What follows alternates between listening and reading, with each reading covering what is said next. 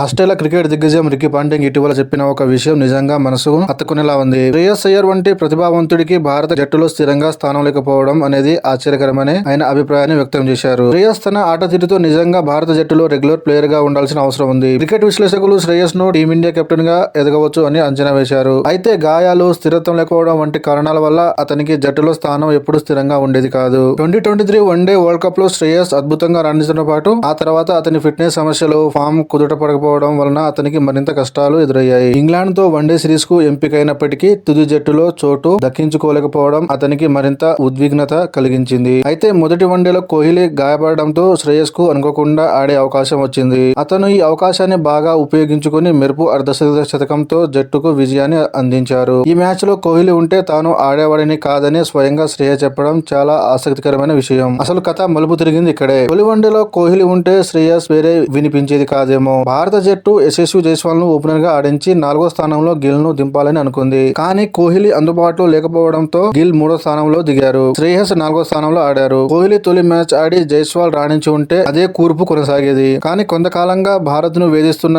Middle order సమస్య అలాగే కొనసాగుతుండేది. Champions ట్రోఫీలో కూడా ఇది తలనొప్పిగా మారేది. కానీ తొలి వన్డేలో అయ్యర్ కు వచ్చిన అవకాశం మిడిల్ ఆర్డర్ సమస్యను తెరదించింది. శ్రేయస్ 3 వన్డేలలో రాణించడం ద్వారా బ్యాటింగ్ ను బలోపేతం చేశారు.